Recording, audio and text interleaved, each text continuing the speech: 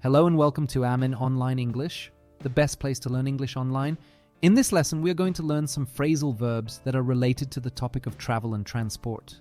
These phrasal verbs are for B2 level and are very common and essential for daily English speaking as well as international exams such as IELTS exam, TOEFL exam, and PTE exam. The phrasal verbs are catch up with, check in, check out, drop off, and get back. So let's get started.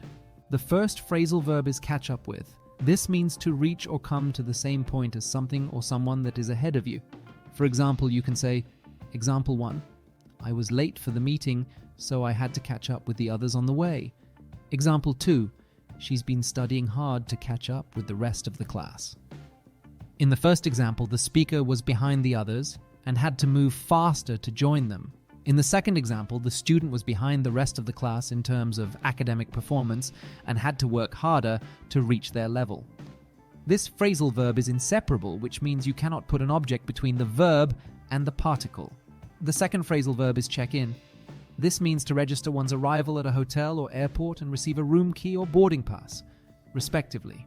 For example, you can say, example 1, we need to check in at least 2 hours before our flight. Example 2, the hotel staff were very friendly when we checked in. In the first example, the speaker needs to go to the airport counter and show their passport and ticket to get their boarding pass. In the second example, the speaker went to the hotel reception and gave their name and reservation details to get their room key. This phrasal verb is separable, which means you can put an object between the verb and the particle. The third phrasal verb is check out. This means to register one's departure from a hotel or other accommodation or from a particular location, typically by paying any outstanding charges or bills. For example, you can say, example 1, we have to check out by 11 a.m. tomorrow. Example 2, he checked out of the library after returning his books. In the first example, the speaker has to leave their hotel room by 11 a.m. and pay for any extra services they used. In the second example, the speaker left the library after giving back his borrowed books. This phrasal verb is separable, which means you can put an object between the verb and the particle.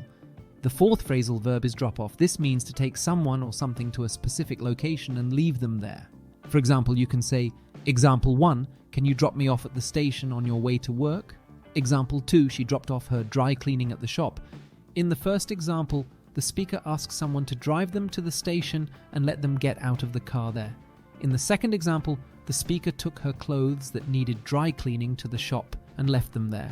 This phrasal verb is separable, which means you can put an object between the verb and the particle. The fifth and final phrasal verb is get back. This means to return to a place or position that you were previously in. For example, you can say, example 1, when did you get back from your vacation? Example 2, he got back to his seat after buying some popcorn. In the first example, the speaker asks someone when they came back from their holiday. In the second example, the speaker returned to his seat in the cinema after getting some snacks. This phrasal verb is separable, which means you can put an object between the verb and the particle.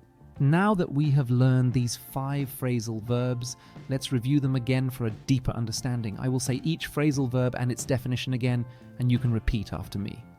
Catch up with, to reach or come to the same point as something or someone that is ahead of you. Check in, to register one's arrival at a hotel or airport and receive a room key or boarding pass, respectively. Check out, to register one's departure from a hotel or other accommodation or from a particular location, typically by paying any outstanding charges or bills. Drop off, to take someone or something to a specific location and leave them there. Get back, to return to a place or position that you were previously in.